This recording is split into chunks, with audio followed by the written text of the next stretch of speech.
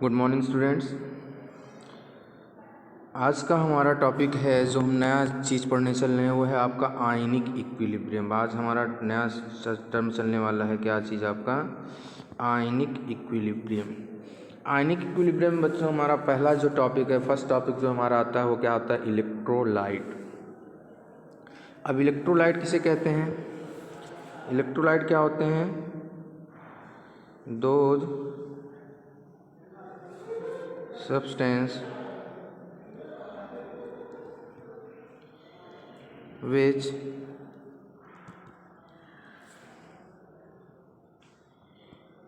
dissociates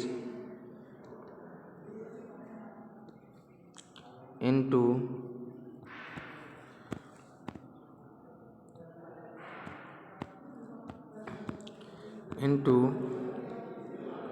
ions. Those substance which dissociates into ions when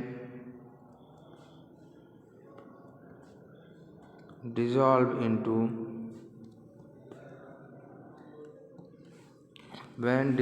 into water.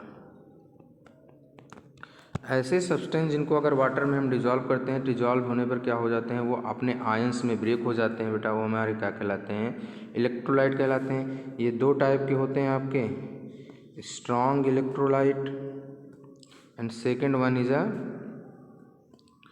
Weak electrolyte.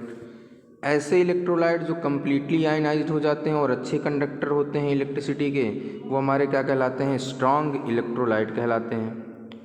और ऐसे electrolyte जो completely ionised नहीं होते हैं, कम्प्लीटली डिसोसिएट्स नहीं होते हैं, दैट मीन्स और साथ साथ में बैड कंडक्टर ऑफ या पुअर कंडक्टर ऑफ इलेक्ट्रिसिटी होते हैं, वो हमारे क्या कहलाते हैं, वीक इलेक्ट्रोलाइट कहलाते हैं। ये सब बड़े सिंपल सी टॉपिक हैं जिसको आप लोग बेटा पहले भी पढ़ चुके होंगे। जो मेन टॉपिक हमारा शुरू हो रहा है वो है आपका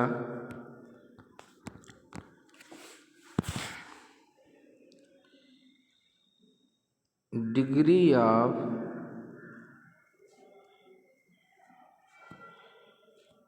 डिसोसिएशन।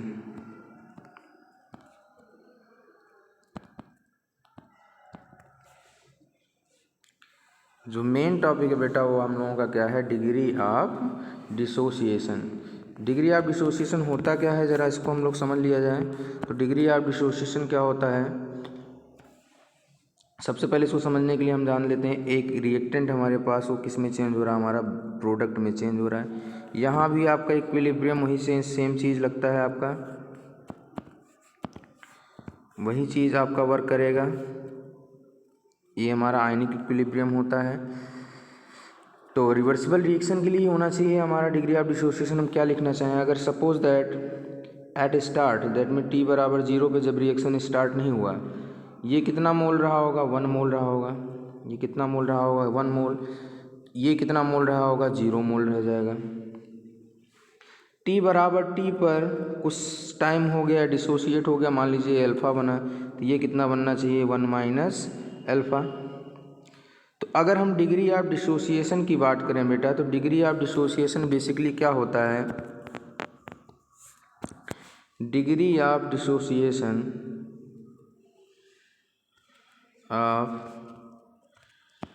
डिसोसिएशन इक्वल टू होता है number of mole after dissociation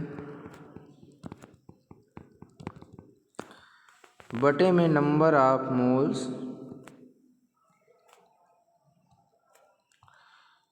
before dissociation. Number of moles before dissociation मतलब डिसोसिएशन के पहले कितना मोल था और डिसोसिएशन के बाद कितना मोल था, इसी के रेशियो को बेटा हम लोग क्या कहते हैं, डिग्री ऑफ डिसोसिएशन कहते हैं, जिसको हम लोग किससे रिप्रेजेंट करते हैं, अल्फ़ा से रिप्रेजेंट करते हैं, कि हमारे पास पहले कितना था और बचा कितना। ये चीज़ है हमारा क्या है, आपका डिग्री ऑफ डिसोसिएशन। इसी को लेकर बेटा हमारा क्या हो गया, एक नई थियरी बनी, या बेसिकली अगर हम इस पर लॉ ऑफ मास एक्शन लगाना चाहें डिग्री ऑफ डिसोसिएशन पे ही, तो एक पहले अगर हम लोग आयनिक इक्विलिब्रियम निकालना चाहें, इसके लिए कोई एक रिएक्शन हम लिख ले रहे हैं। इलेक्ट्रोलाइट है, suppose that AB is a electrolyte. AB हमारा क्या है, एक इलेक्ट्रोलाइट है। और ये ब्रेक होता है किसमें, A+ में बेटा ब्रेक होगा और B- में ब्रेक होगा। AB हमारा इलेक्ट्रोलाइट है। तो अगर हम इस पर लॉ ऑफ मास एक्शन लगाएं, लॉ ऑफ मास एक्शन लगाएं,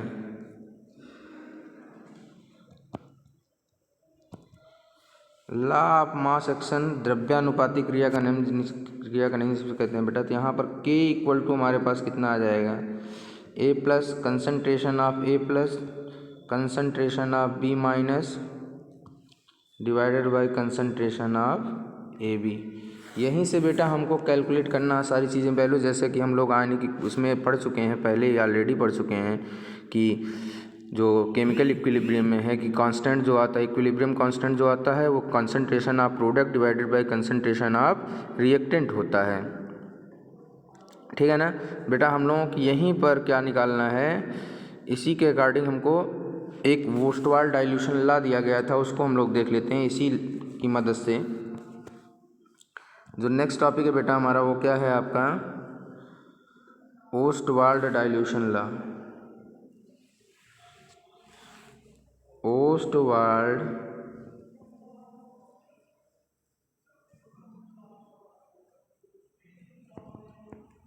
dilution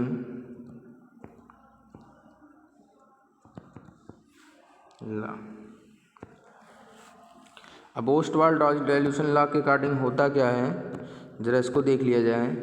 according to this law, dissociation of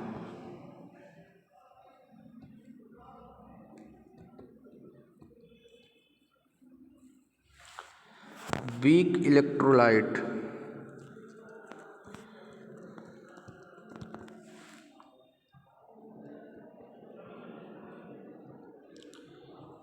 is a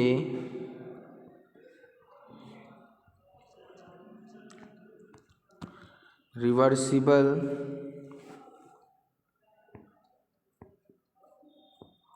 process.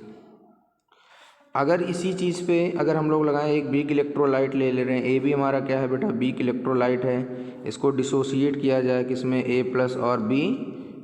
ये ए भी हमारा क्या है, वीक इलेक्ट्रोलाइट है। चलिए हम इस पे लॉ ऑफ मास एक्शन लगाते हैं।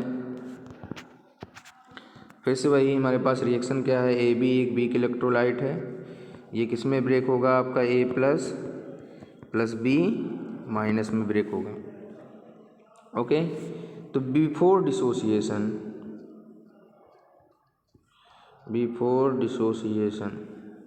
कितना मोल रहा होगा, सपोज दैट ये 1 रहा होगा।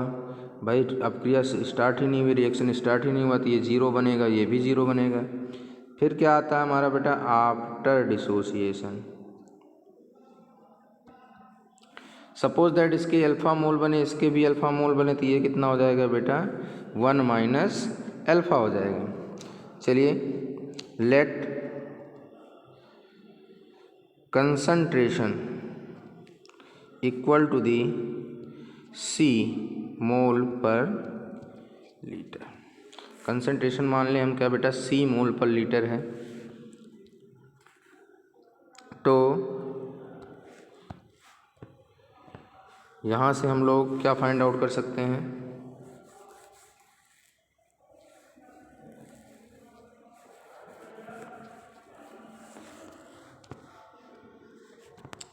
हम लोग कंसंट्रेशन ऑफ HA या AB, कंसंट्रेशन ऑफ AB कितना हो जाएगा हमारा, C 1 - alpha, concentration of A+ कितना हो जाएगा आपका, C alpha, concentration of B- equal to ये भी कितना हो जाएगा हमारे पास, C अल्फा हो जाएगा। ये इक्वेशन नंबर फर्स्ट, इसको equation number second, equation number third मान ले रहे हैं। ठीक है ना। अब हम इस पे क्या अप्लाई कर देते हैं, लॉ ऑफ मास एक्शन, उसी रिएक्शन पे। तो हम लोग जानते हैं K इक्वल टू क्या होता है आपका, A+ B minus divided by concentration of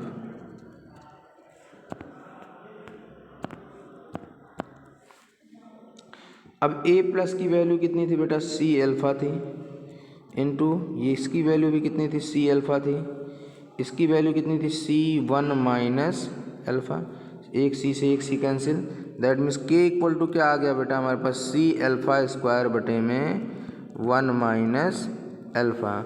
यही इक्वेशन हमारा क्या होता है, ओस्टवाल्ड डायल्यूशन लॉ के हिसाब से आता है, जिसको हमको क्या करना है, सॉल्व करके न्यूमेरिकल्स बेटा लगाने हैं। बट नाउ क्योंकि डिसोसिएशन, सपोज दैट when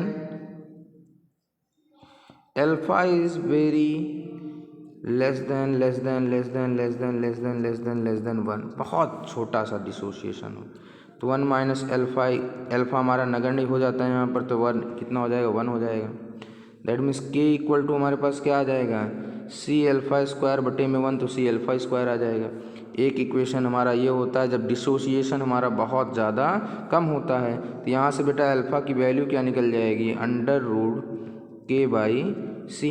एक इक्वेशन हमारा थर्ड ये भी आ जाता है, ठीक है ना। तो ये सारे इक्वेशन हमारा बेटा किसकी सहायता से लगते हैं, हमारे ओस्टवाल्ड डायल्यूशन लॉ के हिसाब से लगते हैं। ओके, नेक्स्ट वीडियो में बेटा हम लोग इसका न्यूमेरिकल सॉल्व करेंगे। आज के लिए इतना ही, दैट्स ऑल, थैंक यू।